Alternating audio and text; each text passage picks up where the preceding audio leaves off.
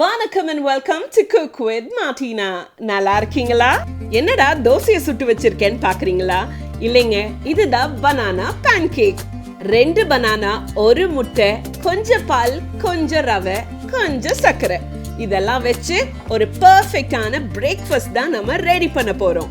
இப்ப காமிச்ச அத்தனை இன்கிரீடியன்ட்ஸையும் ஒரு ஜார்ல சேர்த்து மிக்ஸில அரைச்சு இப்படி ஒரு பேஸ்ட் செஞ்சுக்கலாம். ஸ்டவ் ஆன் பண்ணிக்கலாங்க. ஒரு பேன் வச்சுக்கலாம், இல்ல தோசை கல்லு கூட நீங்க வச்சுக்கலாம். ஒரு ஸ்பூன் அந்த மாவை எடுத்து தோசை சுடுறது போலவே கொஞ்சம் திக்கா பண்ணிக்கலாம்.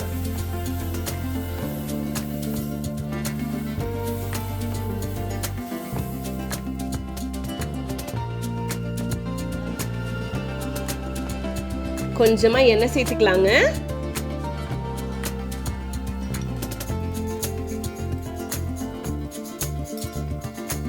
லிட்டை க்ளோஸ் பண்ணி ஒரு 2 to 3 minutes மட்டும் நல்லா ஃப்ரை ஆகட்டும்.